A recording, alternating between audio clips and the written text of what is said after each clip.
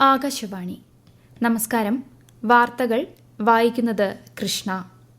പ്രധാന വാർത്തകൾ. ലോക്സഭാ തിരഞ്ഞെടുപ്പിന്റെ ശേഷിക്കുന്ന 2 ഘട്ടങ്ങളിലേക്കുള്ള പ്രചാരണം രാജ്യത്ത് ഊർജിതമായി പുരോഗമിക്കുന്നു. 5ാം ഘട്ട വോട്ടെടുപ്പിൽ ഇന്നലെ 60% പോളിംഗ് രേഖപ്പെടുത്തിയതായി തിരഞ്ഞെടുപ്പ് കമ്മീഷൻ. കേരളത്തിൽ ഇന്നും അതിശക്തമായ മഴയ്ക്ക് സാധ്യത. പത്തനംതിട്ട, ഇടുക്കി, കോട്ടയം ജില്ലകളിൽ ചുവപ്പ് ജാഗ്രത. ഇറാൻ പ്രസിഡന്റിന്റെ വിയോഗത്തിൽ ഇന്ത്യയിൽ ഇന്ന് ഔദ്യോഗിക ദുഃഖാചരണം. IPL ക്രിക്കറ്റ് പ്ലേ ഓഫ് മത്സരങ്ങൾക്ക് ഇന്ന് തുടക്കം. 1ാം ക്വാളിഫയറിൽ സൺറൈസേഴ്സ് ഹൈദരാബാദ് കൊൽക്കത്ത നൈറ്റ് റൈഡേഴ്സുമായി ഏറ്റുമുട്ടും. വാർത്തകൾ വിശദമായി.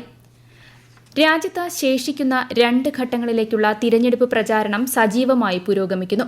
പ്രധാന രാഷ്ട്രീയ പാർട്ടികളുടെ നേതാക്കളെല്ലാം പ്രചാരണ രംഗത്ത് സജീവമാണ്. വിശദാംശങ്ങളിലേക്ക്.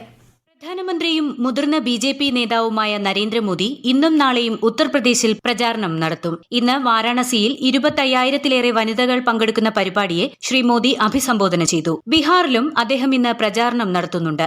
കേന്ദ്രമന്ത്രിയും BJP നേതാവുമായ അമിത് ഷാ ഇന്നലെ ഡൽഹിയിൽ പ്രചാരണ പരിപാടികളിൽ പങ്കെടുത്തു. കോൺഗ്രസ് ദേശീയ അധ്യക്ഷൻ മല്ലികാർജ്ജുൻ ഖാർഗെ ഇന്ന് ഹരിയാനയിലും RJD നേതാവ് തേജസ്വി യാദവ് ഇന്ന് ബീഹാറിലും തിരഞ്ഞെടുപ്പ് പരിപാടികളിൽ പങ്കെടുക്കുന്നുണ്ട്. സമാജ്വാദി പാർട്ടി അധ്യക്ഷൻ അഖിലേഷ് യാദവ് അസംഗഡിലും ഭദോഹി ജില്ലയിലും പൊതുപരിപാടികളിൽ പങ്കെടുക്കും. ആം ആദ്മി പാർട്ടി നേതാവും ഡൽഹി മുഖ്യമന്ത്രിയുമായ അരവിന്ദ് കെജ്രിവാൾ പട്പഡ്ഗഞ്ച്, ഗാന്ധിനഗർ എന്നിവിടങ്ങളിൽ പൊതുയോഗങ്ങളിൽ സംസാരിച്ചു. ഈ മാസം 25-ന് വോട്ടെടുപ്പ് നടക്കുന്ന ഡൽഹിയിൽ ഉൾപ്പെടെ മറ്റന്നാൾ പരസ്യപ്രചാരണം അവസാനിക്കും. ജൂൺ 1-നാണ് അവസാനഘട്ട വോട്ടെടുപ്പ്. ജൂൺ 4-നാണ് 7 ഘട്ടങ്ങളുടെയും വോട്ടെണ്ണൽ നടക്കുക.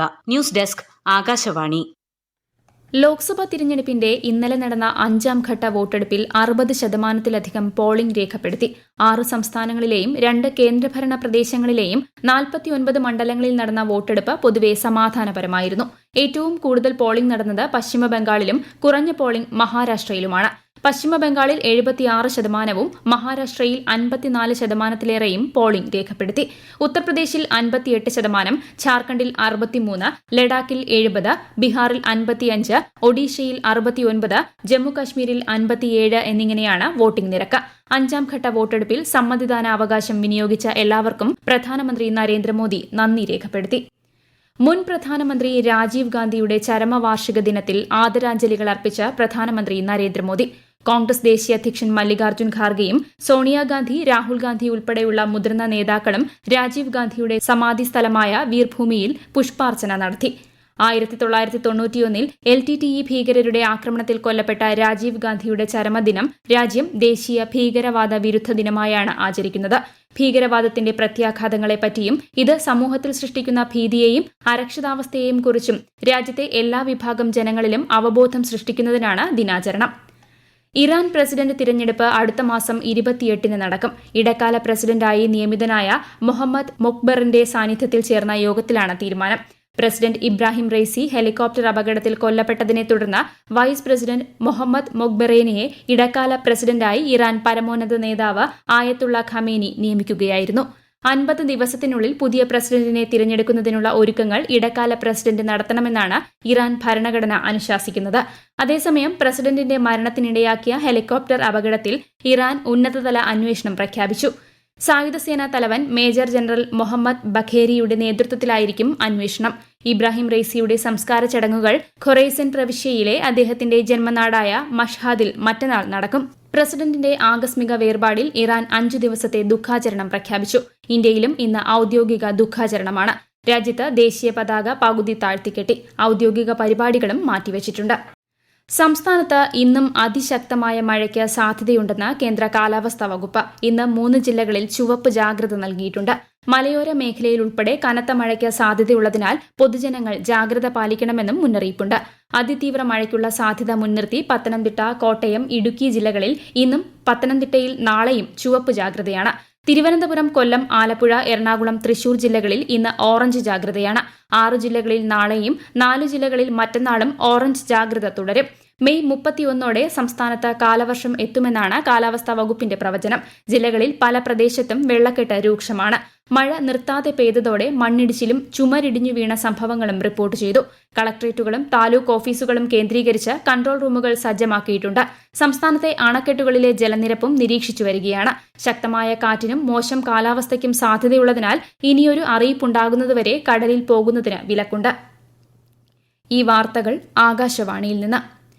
ബിലീവേഴ്സ് ഈസ്റ്റേൺ ചർച്ച് പരമാധ്യക്ഷൻ മോറാൻമോർ അത്തനേഷ്യസ് യോഹാൻ ഒന്നാമൻ മെത്രാപ്പൊലീത്തയുടെ സംസ്കാര ചടങ്ങുകൾ തിരുവല്ലയിൽ പുരോഗമിക്കുന്നു.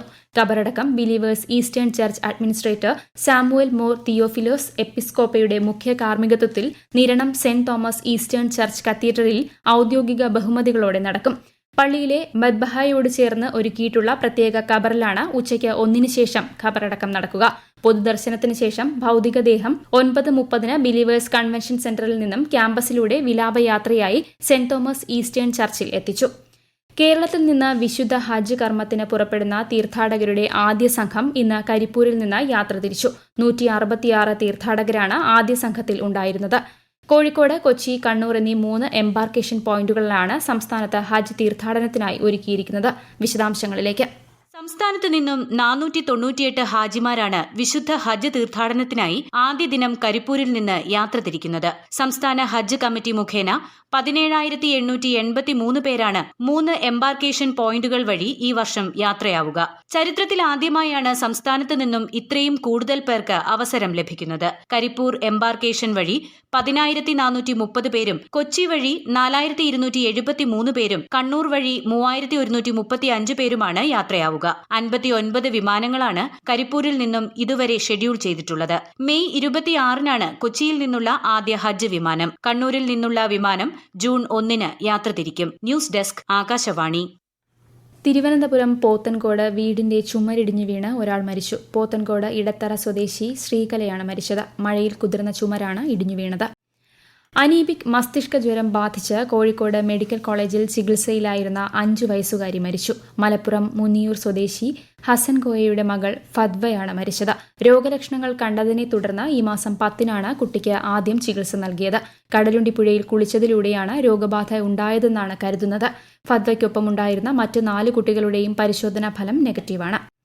CPIM നേതാവ് EP ജയരാജനെ വെടിവെച്ചു കൊല്ലാൻ ശ്രമിച്ച കേസിലെ പ്രതി പട്ടികയിൽ നിന്ന് കോൺഗ്രസ് നേതാവ് K സുധാകരനെ ഹൈക്കോടതി ഒഴിവാക്കി. കുറ്റപത്രത്തിൽ നിന്ന് ഒഴിവാക്കണമെന്നാവശ്യപ്പെട്ട് K സുധാകരൻ സമർപ്പിച്ച ഹർജിയിലാണ് ജസ്റ്റിസ് സിയാദ് റഹ്മാന്റെ ഉത്തരവ്. കേസിലെ പ്രതികളായ മറ്റു 2 പേരെ ആന്ധ്രയിലെ വിചാരണ കോടതി ശിക്ഷിച്ചെങ്കിലും മേൽക്കോടതി കുറ്റവിമുക്തനാക്കിയിരുന്നു. ഇത് ചൂണ്ടിക്കാട്ടി കുറ്റവിമുക്തനാക്കണമെന്നാവശ്യപ്പെട്ട് K Sudhakaran Thiruvananthapuram additional sessions കോടതിയെ സമീപിച്ചെങ്കിലും ഹർജി കോടതി തള്ളുകയായിരുന്നു. ഇതേ തുടർന്നാണ് അദ്ദേഹം ഹൈക്കോടതിയെ സമീപിച്ചത്. മധ്യവേനൽ അവധിക്കായി ന്യൂഡൽഹി നഗരത്തിലെ സ്വകാര്യ സർക്കാർ സ്കൂളുകൾ ജൂൺ 30 വരെ അടച്ചിടാൻ ഡൽഹി സർക്കാർ കർശന നിർദ്ദേശം നൽകി. മെയ് 11 മുതൽ ജൂൺ 30 വരെയാണ് ഇത്തവണത്തെ വേനൽ അവധിക്കാലമെന്ന് വിദ്യാഭ്യാസ ഡയറക്ടറേറ്റ് നേരത്തെ പുറത്തിറക്കിയ സർക്കുലറിൽ പറയുന്നു. എന്നാൽ ഉഷ്ണതരംഗത്തിന് ഇടയിലും ചില സ്കൂളുകൾ ഇത് പാലിക്കുന്നില്ല എന്നത് ശ്രദ്ധയിൽപ്പെട്ടതിനെ തുടർന്നാണ് കർശന നിർദ്ദേശം നൽകിയിരിക്കുന്നത്. കഴിഞ്ഞ ദിവസങ്ങളിൽ രാജ്യതലസ്ഥാനത്ത് പകൽ താപനില തുടർച്ചയായി ഉയരുകയാണ്. നജഫ് ഘട്ടിലാണ് ഏറ്റവും ഉയർന്ന താപനിലയായ 47.8 ഡിഗ്രി സെൽഷ്യസ് രേഖപ്പെടുത്തിയത്. IPL ക്രിക്കറ്റ് പ്ലേ ഓഫ് മത്സരങ്ങൾക്ക് ഇന്ന് തുടക്കം. 1-ാം ക്വാളിഫയറിൽ സൺറൈസേഴ്സ് ഹൈദരാബാദ് കൊൽക്കത്ത നൈറ്റ് റൈഡേഴ്സുമായി ഏറ്റുമുട്ടും. ഇന്ന് രാത്രി 7:30-ന് അഹമ്മദാബാദിലെ നരേന്ദ്രമോദി സ്റ്റേഡിയത്തിലാണ് മത്സരം. ജൂനിയർ പുരുഷ ഹോക്കി യൂറോപ്പ് പര്യടനത്തിൽ ബെൽജിയത്തിനെതിരെ ഇന്ത്യൻ ജൂനിയർ ഹോക്കി പുരുഷ ടീമിന് ജയം. വൈസ് ക്യാപ്റ്റൻ ശാരദാനന്ദ് തിവാരിയുടെ മികച്ച പ്രകടനമാണ് ഇന്ത്യയ്ക്ക് ജയം അനായാസമാക്കിയത്. നെതർലാൻഡ്സിൽ നാളെ ബെൽജിയത്തിനെതിരെയാണ് ഇന്ത്യയുടെ അടുത്ത മത്സരം.